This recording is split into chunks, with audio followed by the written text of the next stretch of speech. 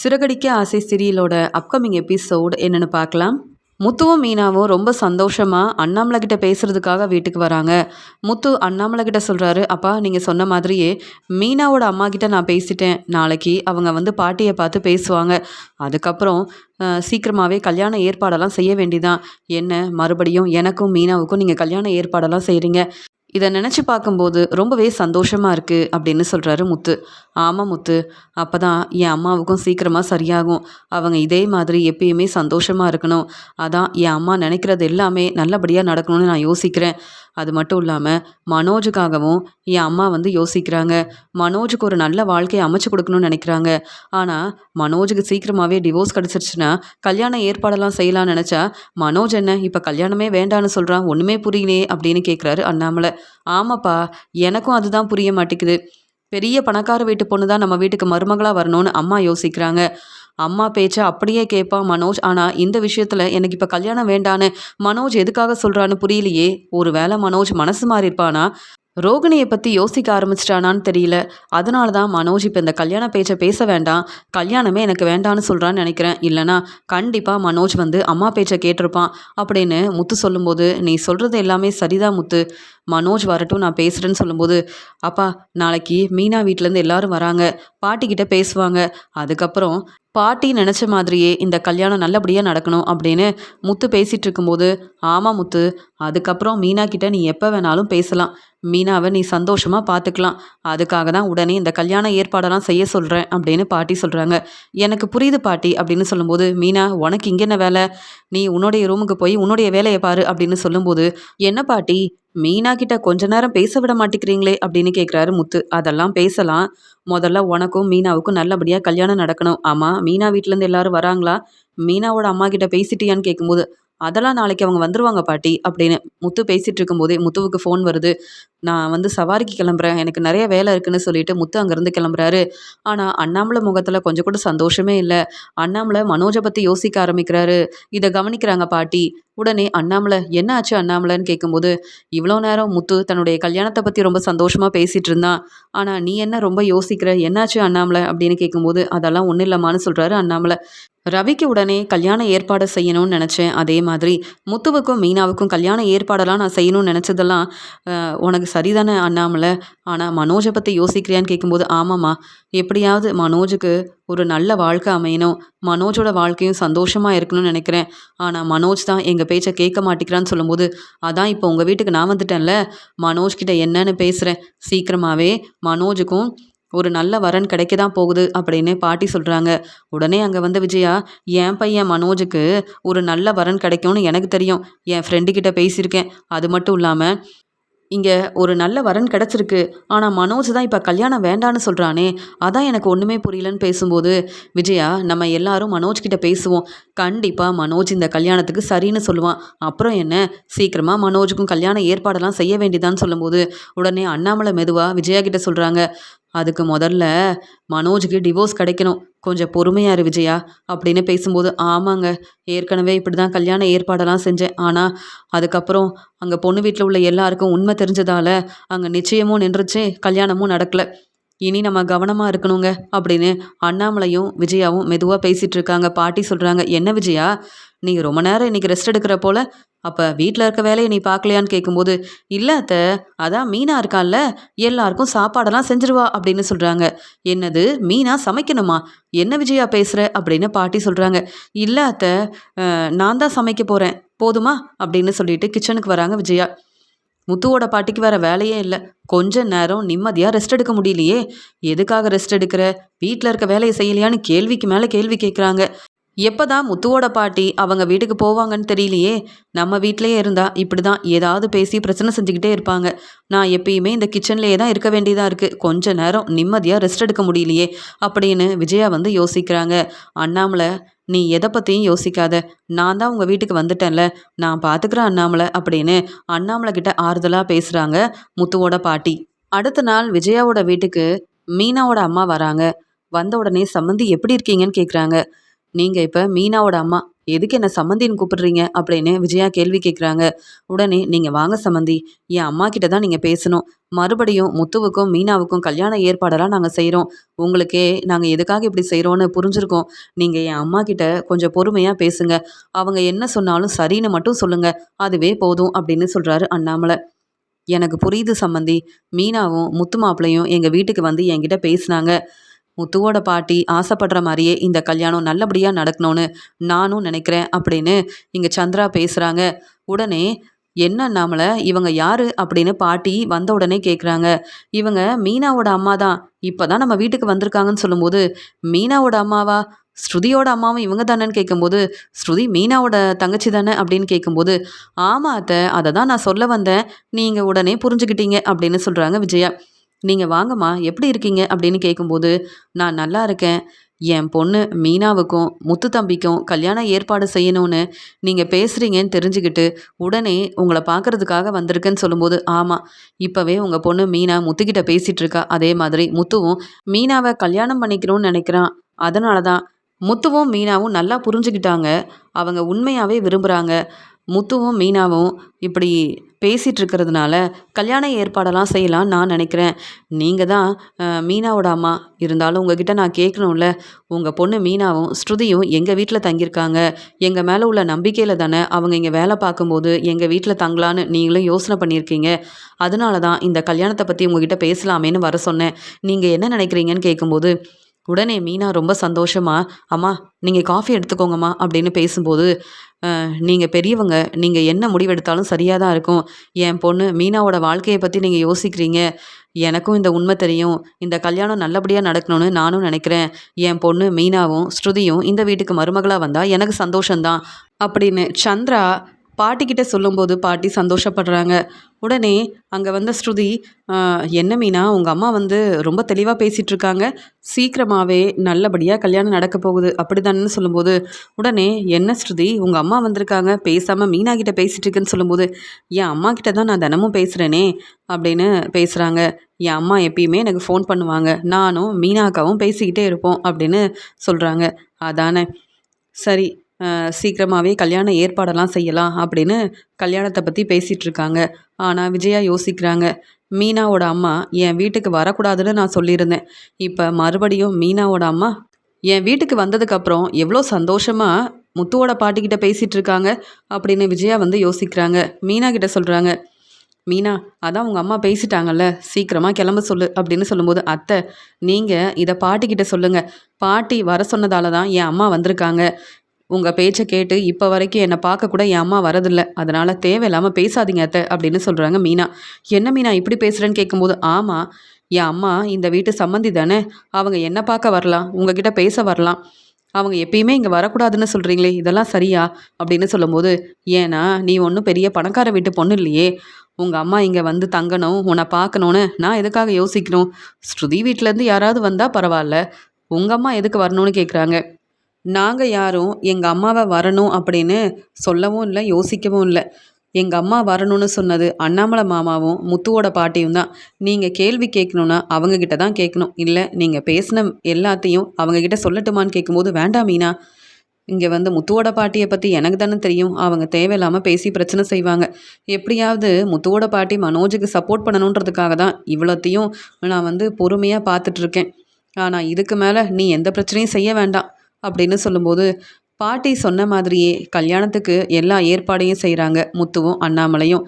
இதெல்லாம் பார்த்துட்ருக்க விஜயாவுக்கு ரொம்பவே பொறாமையாக இருக்குது. ஒரு பக்கம் மனோஜ் யோசிக்கிறாரு, யார்கிட்டேயும் சொல்லாமல் கனகாவை கல்யாணம் பண்ணிக்கிட்டேன். இங்கே கனகாவை பார்க்கலான்னு போனால் கனகா எப்போ பார்த்தாலும் ரொம்பவே பதட்டமாக இருக்காங்க. அது மட்டும் இல்லாமல் நானும் கனகாவும் சந்தோஷமாக எங்கள் வாழ்க்கையை பார்த்துக்கணுன்னு இங்கே தேவிகா ஏற்கனவே எல்லா ஏற்பாடையும் செஞ்சுட்டாங்க. ஆனால் என் அம்மா எனக்காக ஒரு நல்ல வரன் கிடைக்கணும்னு இங்கே வந்து யோசிக்கிறாங்க. இங்கே முத்துவுக்கும் மீனாவுக்கும் அவங்க நினைக்கிறதெல்லாம் நல்லபடியாக நடக்குது. ஆனால் என் கல்யாணம் மறுபடியும் யார்கிட்டேயும் சொல்லாமல் இங்கே வந்து தேவிகாவோட வீட்டில் வச்சு தானே இந்த கல்யாணத்தெல்லாம் செஞ்சுருக்கோம் அப்படின்னு மனோஜ் வந்து யோசிக்கிறாரு. நான் நினைக்கிறது எதுவுமே நடக்க மாட்டேங்குது. ஆனால் இந்த முத்து மீனாவுக்கு மட்டும் எல்லாமே நல்லபடியாக நடக்குதுன்னு ரொம்பவே கோவமாக இருக்காரு மனோஜ். வீட்லையே மீனாவுக்கும் முத்துவுக்கும் இங்கே ரவி ஸ்ருதிக்கு உடனே கல்யாண ஏற்பாடெல்லாம் செய்யலாம். ஏன்னா ஏற்கனவே முத்து மாடியில் ரூம் கட்டுறதுனால முத்துவுக்கு நிறைய வந்து பணம் தேவைப்படுது. இப்போ நம்ம ஆடம்பரமாக இந்த கல்யாண ஏற்பாடை செய்ய வேண்டாம். அதான் இவங்களுக்கு ஏற்கனவே கல்யாணம் ஆயிடுச்சு. மீனாவும் ஸ்ருதியும் நம்ம வீட்டு மருமக தானே. இதெல்லாம் என் அம்மா புரிஞ்சுக்க மாட்டாங்க. என் அம்மாவுக்காக தான் இந்த கல்யாண ஏற்பாடெல்லாம் செஞ்சுருக்கோம் அப்படின்னு சொல்லும்போது, இல்லைங்க, கோயிலில் வச்சு இந்த கல்யாணத்தை செய்யலாமே அப்படின்னு சொல்கிறாங்க விஜயா. நீ சொல்கிறதும் சரிதான் விஜயா, பரவாயில்லையே, முத்துவை பற்றி இப்போவாது யோசிக்கிறியே அப்படின்னு பேசும்போது, நாளைக்கே இந்த கல்யாணம் நல்லபடியாக நடக்க போகுது. சொந்தக்காரங்க தெரிஞ்சவங்க எல்லாரும் வருவாங்கல்ல அப்படின்னு சொல்லும்போது, மீனா வீட்டிலேருந்து எல்லாரும் வருவாங்க. ஆனால் இந்த கல்யாணத்தை ரொம்ப ஆடம்பரமாகவும் செய்யலை, எல்லார்கிட்டேயும் பெருசாக சொல்லவும் இல்லை அப்படின்னு சொல்லும்போது, பரவாயில்ல அண்ணாமலை, மீனா பொறுப்பான மருமக, நம்ம வீட்டுக்கு மீனா மருமகளாக வந்தாலே போதும் அப்படின்னு பாட்டி சொல்கிறாங்க. பாட்டி நினச்ச மாதிரியே இங்கே கோயிலில் வச்சு மீனாவுக்கும் முத்துவுக்கும் கல்யாணம் நல்லபடியாக நடக்குது. அதுக்கப்புறம் ரவிக்கும் ஸ்ருதிக்கும் கல்யாணம் நல்லபடியாக நடக்குது. இங்கே மனோஜ் மட்டும் தனியாக நின்று இது எல்லாத்தையும் பார்த்துட்ருக்காரு, என்ன நடக்குதுன்னு கவனிக்கிறாரு. உடனே அங்கே வந்த விஜயா, என்ன மனோஜ், என்னாச்சு, நீ ஏன் தனியாக நிற்கிற, நீ வா மனோஜ் அப்படின்னு கூப்பிடும்போது, எதுக்குமா வரணும், நான் இங்கே வரவே கூடாதுன்னு நினச்சேன், எனக்கு கடையில் நிறைய வேலை இருக்குது, இருந்தாலும் பாட்டி சொன்னாங்களேன்னு தான் முத்து மீனாவோட கல்யாணத்துக்கு வந்தேன். இவங்களுக்கு என்னம்மா இப்போ தான் புதுசாக கல்யாணம் நடக்குதா, நம்ம எதுக்குமா இந்த ஏற்பாடெல்லாம் செய்யணும் அப்படின்னு சொல்லும்போது, எல்லாத்துக்கும் காரணம் முத்துவோட பாட்டி தான், நான் என்ன செய்ய முடியும், எவ்வளவோ பேசி பார்த்தேன், யாருமே என் பேச்சை கேட்க மாட்டேங்கிறாங்க, உனக்கே தெரியும், நீயும் என் பேச்சை கேட்காம கல்யாணம் வேண்டான்னு சொல்கிற, நீ மட்டும் சரின்னு சொல்லியிருந்தா உடனே அவங்கக்கிட்ட பேசியிருப்பேன், பொண்ணு வீட்டில் உள்ள எல்லாரும் நம்ம வீட்டுக்கு வந்து பேசியிருப்பாங்க, உனக்கும் நல்லபடியாக இதே மாதிரி கல்யாண ஏற்பாடெல்லாம் நானே செஞ்சுருப்பேன், இதை விட ஆடம்பரமாக இந்த கல்யாணத்தை நடத்தியிருப்பேன். ஆனால் நீ தான் என் பேச்சை கேட்க மாட்டேங்கிறியே, நீ தான் வர வர ரோகிணிகிட்ட ரொம்ப பேச ஆரம்பிச்சிட்டியே, கிறிஷும் உன்னுடைய கடைக்கு வர ஆரம்பிச்சிட்டான், இப்போவே புரியுது நீ என் பேச்சை கேட்கக்கூடாதுன்னு ரோகிணிக்கு சப்போர்ட் பண்ணணும்னு யோசிக்கிற, அப்படி தானே அப்படின்னு கேட்குறாங்க விஜயா. உடனே மனோஜ், என்னம்மா பேசுகிறீங்க, நான் இப்போ வரைக்கும் உங்கள் பேச்சை தாம்மா கேட்குறேன், ரோகிணி எதுக்காக கடைக்கு வராங்கன்னு உங்களுக்கு தெரியாதாம்மா, நான் ரோகிணி பேச்சை இப்போ கேட்டாதான் ரோகிணி வந்து எந்த பிரச்சனையும் செய்ய மாட்டாங்க, கிறிஷோட வாழ்க்கை தான் முக்கியம்னு அவங்க வேலையை பார்ப்பாங்க, அப்போதாம்மா எனக்கு சீக்கிரமாக டிவோர்ஸ் கிடைக்கும், நீங்கள் என்னை புரிஞ்சுக்கவே மாட்டேங்கிறீங்கம்மா, நான் என்ன செஞ்சாலும் கண்டிப்பாக உங்கள் பேச்சை கண்டிப்பாக கேட்பேன் அப்படின்னு சொல்லும்போது, பரவாயில்ல மனோஜ், உனக்காக நான் ஒவ்வொன்றையும் பார்த்து பார்த்து செய்கிறேன், ஆனால் உனக்கு மட்டும்தான் நிறைய பிரச்சனை வருது, இங்கே பார்த்தியா ரவியும் ஸ்ருதியும் எவ்வளோ சந்தோஷமாக இருக்காங்க, மீனாவும் முத்துவும் சந்தோஷமாக அவங்க வாழ்க்கையை பார்த்துக்கிறாங்க, முத்து மாடியில் ரூம் கட்டுறா, மீனா நல்லா பெரிய பிஸ்னஸ் செய்கிறா, அதே மாதிரி நிறைய டெக்கரேஷன் ஆர்டர் செஞ்சு இங்கே முத்துவுக்கும் மீனா சப்போர்ட் பண்ணுறா, இதெல்லாம் பார்க்கும்போது என்னால் தாங்கிக்க முடியல மனோஜ், நீ தான் பெரிய பிஸ்னஸ் செய்கிறேன்னு உன்னை தலையில் தூக்கி வச்சு கொண்டாடினேன், உன்னை எல்லார்கிட்டேயும் விட்டு கொடுக்காம பாராட்டி பேசினேன், ஆனால் இப்போ உன்னுடைய நிலைமையை பார்த்தியா மனோஜ், நீ தனியாக இருந்து கஷ்டப்படுற, ஆனால் ரவியாக இருக்கட்டும் இங்கே வந்து முத்துவாக இருக்கட்டும் அவங்க வாழ்க்கையை ரொம்ப சந்தோஷமாக பார்த்துக்கிறாங்க, வீட்டில் இருக்க எல்லாரும் முத்துவுக்கும் மீனாவுக்கும் தான் சப்போர்ட் பண்ணுறாங்க அப்படின்னு ரொம்பவே மனசு வேதனைப்படுறாங்க விஜயா. இல்லைம்மா, கண்டிப்பாக என் வாழ்க்கையும் சந்தோஷமாக இருக்கும், ஆனால் நீங்களும் என் பேச்சையும் கேட்கணும், நீங்கள் என்னை நம்பணுமா, அதுவே எனக்கு போதும் அப்படின்னு சொல்லும்போது, நான் எப்பயுமே உனக்கு தான் மனோஜ் சப்போர்ட் பண்ணுவேன், எனக்கு தெரியும் நீ கண்டிப்பாக என் பேச்சை தான் கேட்பேன்னு அப்படின்னு சொல்லும்போது, அம்மா நாளைக்கு நான் வெளியூர் போகிறேம்மா அப்படின்னு சொல்லும்போது, எங்கே மனோஜ் போகிற அப்படின்னு கேட்கும்போது, அம்மா நான் கொடைக்கானல் போகிறேம்மா அப்படின்னு சொல்லும்போது, என்ன மனோஜ் என்கிட்ட நீ சொல்லவே இல்லை, நாளைக்கு நீ கொடைக்கானல் போகிறேன்னு இப்போ தான் என்கிட்ட சொல்கிற, ஏன் மனோஜ் அப்படின்னு சொல்லும்போது, அம்மா எனக்கு நிறைய வேலை இருக்குமா, என்னுடைய பிஸ்னஸை பற்றி பேசுகிறதுக்காக தான் போகிறேன், அது மட்டும் இல்லாமல் இப்போ இந்த சின்ன கடைக்கு ஓனராக இருக்கேன், அங்கே வந்து பிஸ்னஸ் பற்றி பேசுகிறதுக்காக என் ஃப்ரெண்டை பார்க்குறதுக்காக போகிறேன், அவ்வளவுதான், நான் சீக்கிரமாக திரும்பி வந்துடுவேன் அப்படின்னு சொல்லும்போது, பரவாயில்ல மனோஜ், இங்கே ரோகிணியால் உனக்கு என்ன தான் பிரச்சனை வந்தாலும் உன்னுடைய பிஸ்னஸை நீ ரொம்ப நல்லபடியாக பார்த்துக்கிற, நீ நல்லபடியாக முன்னேறினா எனக்கு அதுவே போதும் அப்படின்னு விஜயா சொல்கிறாங்க. சரிம்மா, அதான் உங்ககிட்ட சொல்லிட்டேன்ல, நாளைக்கு நான் கண்டிப்பாக கொடைக்கானலுக்கு போகணும் அப்படின்னு மனோஜ் பேசிகிட்டு இருக்காரு, என் பையன் மனோஜ் பெரிய பிஸ்னஸ் செய்ய போகிறான்னு நினைக்கிறேன், அதனால தான் வெளியூருக்கெல்லாம் போகணும்னு நினைக்கிறான், எனக்கு எவ்வளோ சந்தோஷமாக இருக்குது அப்படின்னு விஜயா யோசிக்கிறாங்க. என்ன இருந்தாலும் மீனா எப்பயும் போல வீட்டில் இருக்க வேலையை பொறுப்பாக பார்த்துக்க போகிறா, அவ்வளவுதானே. ஸ்ருதி என் பேச்சை கேட்காம மீனாவுக்கு சப்போர்ட் பண்ணாலும் ஸ்ருதி உண்மையாகவே பெரிய பணக்கார வீட்டு பொண்ணு, அதனால ஸ்ருதியை நான் நல்லபடியாக பார்த்துப்பேன் அப்படின்னு விஜயா யோசிக்கிறாங்க. பாட்டி வந்து மீனாவையும் ஸ்ருதியவும் வீட்டுக்கு கூப்பிட்டு வராங்க. அது மட்டும் இல்லாமல் இனி நீங்கள் யாருக்கும் தெரியாமல் முத்துக்கிட்டேயும் ரவிக்கிட்டேயும் பேச வேண்டாம், எப்பயும் போல் சந்தோஷமாக முத்துக்கிட்டேயும் ரவிக்கிட்டேயும் நீங்கள் பேசலாம், இப்போ நீங்கள் எங்கள் வீட்டு மருமக அப்படின்னு இங்கே விஜயா முன்னாடி வந்து பாட்டி பேசிகிட்டு இருக்காங்க. மீனா கிட்டேயும் ஸ்ருதி கிட்டேயும் பாட்டி பேசுகிறத கேட்டு மீனாவும் ஸ்ருதியும் ரொம்ப சந்தோஷப்படுறாங்க. முத்து சொல்கிறாங்க, பாட்டி இப்போவாது நான் மீனா கிட்ட சந்தோஷமாக பேசலாம்ல அப்படின்னு சொல்லும்போது, ஆமாம் உனக்காக தான் முத்து இந்த கல்யாண ஏற்பாடையே நான் செஞ்சிட்ருந்தேன் அப்படின்னு சொல்லிட்டு, மனோஜுக்கு வந்து எதுக்கு தனியாக ரூமெல்லாம் கொடுக்கணும், மனோஜ் இங்கேயே தங்கட்டும் அப்படின்னு சொல்லும்போது, ஆமாம் பாட்டி ஏற்கனவே நான் இங்கே தான் இருக்கேன், சீக்கிரமாகவே எனக்காக நான் புது வீடு வாங்க தான் போகிறேன் அப்படின்னு சொல்கிறாரு மனோஜ். உடனே முத்து சொல்கிறாங்க, அது எப்படி உன்னால் உடனே வீடு வாங்க முடியும், ஏற்கனவே இப்படி தான் வீடு வாங்கணும்னு நினச்சேன், அதெல்லாம் நடக்கலையே மனோஜ். ஆமாம் நானும் சீக்கிரமாக மாடியில் ரூம் கட்டிடுவேன், அதுக்கப்புறம் இந்த ரூம் உனக்கு தானே மனோஜ்னு கேட்கும்போது, முத்து நான் எவ்வளோ பெரிய பிஸ்னஸ் ஆரம்பிக்க போகிறேன்னு உனக்கு தெரியாதுல்ல, நாளைக்கு என் ஃப்ரெண்டுக்கிட்ட என் வேலையை பற்றி பேசுகிறதுக்காக நான் கொடைக்கானல் போகிறேன்னு சொல்லும்போது, அப்படியா எங்ககிட்ட சொல்லவே இல்லையேன்னு சொல்லும்போது உடனே விஜயா சொல்கிறாங்க, மனோஜ் எதுக்கு இந்த விஷயத்த உங்ககிட்ட சொல்லணும் முத்து, மனோஜ் வந்து பெரிய பிஸ்னஸ் செய்கிறான், அவனுக்கு வந்து பிஸ்னஸ் செய்கிறத பற்றி தன்னுடைய ஃப்ரெண்டுக்கிட்ட பேசுகிறதுக்காக கொடைக்கானல் போகிறான், இதில் உனக்கு என்ன பிரச்சனைன்னு சொல்லும்போது, அப்படியா மனோஜ் மட்டும் தனியாக தான் போகிறானான்னு கேட்கும்போது, என் ஃப்ரெண்டும் வராங்க நீ உன்னுடைய வேலையை பாருன்னு சொல்லும்போது, உடனே மீனா சொல்கிறாங்க, எனக்கும் கொடைக்கானலுக்கு போகணும்னு ஆசையாக தான் இருக்குது, ஆனால் நமக்கு தான் நிறைய வேலை இருக்குல்லங்க அப்படின்னு சொல்லும்போது, ஆமாம் மீனா இப்போ மாடியில் ரூம் கட்டுறோம், அதனால் தேவையில்லாமல் செலவு செய்ய வேண்டாம் மீனா அப்படின்னு பேசிகிட்டு இருக்கும்போது பாட்டி இது எல்லாத்தையும் கவனிக்கிறாங்க. அடுத்த நாள் மனோஜ் அண்ணாமலை கிட்டேயும் பாட்டிக்கிட்டேயும் விஜயா கிட்டேயும் சொல்லிட்டு சந்தோஷமாக கொடைக்கானலுக்கு கிளம்புறாரு. இங்கே தேவிகா சொன்ன மாதிரியே அவங்க அங்கே இருக்கிற வீடு இடம் எல்லாத்தையும் பார்க்குறதுக்காக கிளம்புறாரு மனோஜ். அந்த சமயம் இங்கே தேவிகாவையும் கூப்பிட்டுட்டு மனோஜ் கொடைக்கானலுக்கு வந்து அவங்க பிஸ்னஸை பற்றி பேசுகிறதுக்காகவும் தேவிகாவோட வீடை பார்க்குறதுக்காகவும் கிளம்புறாரு. அந்த சமயம் இங்கே பாட்டி சொல்கிறாங்க, என்ன மீனா கொடைக்கானலுக்கு போகணும்னு ஆசைப்படுறியான்னு கேட்கும்போது, இல்லை பாட்டி அப்படிலாம் எதுவுமே இல்லைன்னு சொல்லும்போது, அதான் இப்போ உனக்கும் முத்துவுக்கும் நல்லபடியாக கல்யாணம் நடந்துடுச்சுல்ல, நீங்கள் சந்தோஷமாக வெளியூருக்கு போகலாமே, ஏன் அண்ணாமலை நான் சொல்கிறது சரிதானேன்னு கேட்கும்போது, ஆமாம் முத்து நீயும் கஷ்டப்பட்டு வேலை செய்கிற, கொஞ்சம் கூட ரெஸ்ட் எடுக்கிறதே இல்லை, நிம்மதியாக ஒரு நாள் கூட வீட்டில் ரெஸ்ட் எடுத்து நான் பார்த்ததே இல்லை முத்து, உனக்கு சாப்பிட கூட நேரம் இல்லை, அப்புறம் எப்படி நீ ரெஸ்ட் எடுக்க முடியும், சந்தோஷமா மீனாவை கூப்பிட்டுட்டு நீ கொடைக்கானல் போயிட்டு வரலாமே முத்து, மீனாவும் பூக்கடையில் இருக்க வேலையை செய்கிறா, வீட்டில் இருக்க வேலையும் பொறுப்பாக பார்த்துக்கிறா, நீங்கள் பெருசாக எங்கேயும் போகிறதே கிடையாது, இப்படி நிறைய செலவாகும்னு நினச்சிட்டு இருந்தா அப்புறம் எப்போ தான் சுற்றி பார்க்க போவீங்க அப்படின்னு அண்ணாமலை கேட்கும்போது, ஆமாப்பா எனக்கும் ஆசையாக தான் இருக்குது, ஆனால் இப்போ என்கிட்ட அவ்வளோ பணம் இல்லைப்பா அப்படின்னு சொல்லும்போது உடனே முத்துவோட பாட்டி அவங்க கொண்டு வந்த பணத்தை முத்துக்கிட்ட கொடுக்குறாங்க.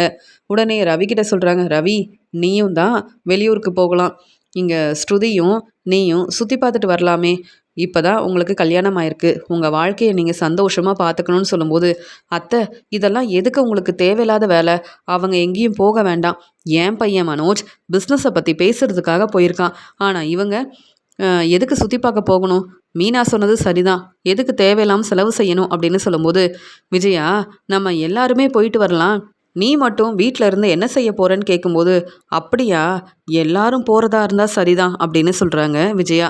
உடனே முத்து சொல்கிறாங்க, ஆமாம் பாட்டி நாங்கள் மட்டும் தனியாக எதுக்கு போகணும், அப்பாவும் அம்மாவும் ஏன் நீங்களும் வந்தால் நாங்கள் சந்தோஷப்படுவோம்னு சொல்லும்போது, இப்போ தான் நிம்மதியாக இருக்குது எல்லாரும் போயிட்டு வரலாம் அப்படின்னு மீனா சொல்கிறாங்க. மனோஜ் வந்து பிஸ்னஸ்க்காக தான் வெளியூர் போயிருக்காருன்னு விஜயா நினச்சிக்கிட்டு மனோஜை ரொம்பவே பெருமையாக பேசுகிறாங்க, மனோஜை ரொம்பவே பாராட்டி பேசுகிறாங்க, மனோஜை விட்டு கொடுக்காம பேசுகிறாங்க விஜயா.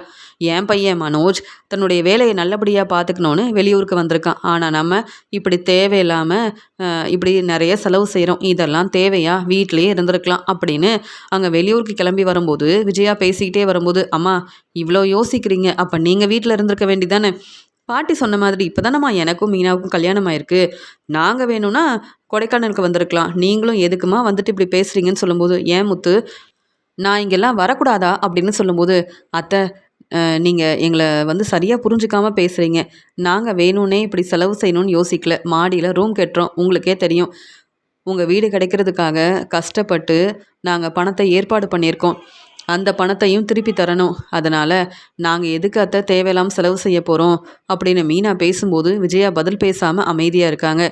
எல்லாரும் ரொம்ப சந்தோஷமாக மனோஜ் எங்கே வந்திருக்காரோ அதே இடத்துக்கு தான் வந்திருக்காங்க. ஆனால் மனோஜுக்கு வந்து அண்ணாமலை வீட்டில் உள்ள எல்லாரும் வந்திருக்காங்கன்னு தெரியாமல் ரொம்ப சந்தோஷமாக அங்கே வந்த உடனே உங்களுக்கு இவ்வளோ பெரிய வீடு இருக்கான்னு தேவிகா கிட்ட பேச ஆரம்பிக்கிறாரு. இது மட்டும் இல்லை மாப்பிள்ள, இதே மாதிரி இன்னும் நிறைய வீடு இருக்குது, நீங்கள் வந்து கனகாவை கல்யாணம் பண்ணிக்கிட்ட உடனே இந்த வீடை உங்களுக்காக கொடுக்கணும்னு நினச்சேன். ஆனால் இப்போ தான் சரியான நேரம் கிடச்சிருக்கு. வீடு உங்களுக்கு பிடிச்சிருக்கா மாப்பிள்ளைன்னு சொல்லும்போது, அங்கே வீட்டில் வந்து ஏற்கனவே தேவிகா நினச்ச மாதிரியே கனகாவும் வந்திருக்காங்க. ஹஸ்பண்ட் அப்படின்னு கூப்பிடுறாங்க. என்னது நம்ம மட்டும் தானே வந்தோம். கனகா கூப்பிடுற மாதிரி இருக்குன்னு யோசிக்கும்போது, என் பொண்ணு கனகாவே தான். நம்ம வரதுக்கு முன்னாடியே கனகா இங்கே வரணும்னு நான் யோசிச்சு கனகாவை இங்கே அனுப்பி வச்சுட்டேன். இப்போ உங்கள் மனைவி கனகாவும் இங்கே தான் வந்திருக்காங்கன்னு சொன்ன உடனே, என்னது கனகா வந்திருக்காளா அப்படின்னு கேட்குறாரு மனோஜ். நீங்கள் கொடைக்கானலுக்கு வந்திருக்கீங்க மனோஜ். கனகாவும் வந்தா தானே நீங்கள் கனகாவை வந்து எல்லா இடத்துக்கும் சுற்றி பார்க்க கூப்பிட்டு போக முடியும். அதனால தான் கனகாவையும் வர வச்சேன்னு சொன்ன உடனே தேவிகாவுக்கு வேற வேலையே இல்ல. எப்ப பார்த்தாலும் கனகாவ பத்தி தான் யோசிக்கிறாங்க. நான் ரொம்ப சந்தோஷமா இருந்தேன். ஆனா, இப்ப கனகா வருவான்னு யோசிக்கவே இல்ல அப்படின்னு கனகாவ பார்த்த மனோஜ் கொஞ்சம் கூட சந்தோஷமே இல்லாம நிக்கும்போது, "என்ன மனோஜ், கனகாவ பார்த்துட்டு சந்தோஷப்படுவீங்கன்னு நெனச்சேன். கனகா உங்க மனைவி தானே?" அப்படின்னு சொல்லும்போது, "இன்னைக்கு நீங்க ரெஸ்ட் எடுங்க. நாளைக்கு நீங்க கனகாவ எல்லா இடத்துக்கும் கூப்ட்டு போங்க. நல்லபடியா சுத்தி பார்த்துட்டு வாங்க. அதுக்கப்புறம் எனக்கு இருக்கிற ஒவ்வொரு வீட்டுக்கும் நான் உங்கள கூப்ட்டு போறேன். உங்களுக்கு எந்த வீடு பிடிச்சிருக்குன்னு சொல்லுங்க.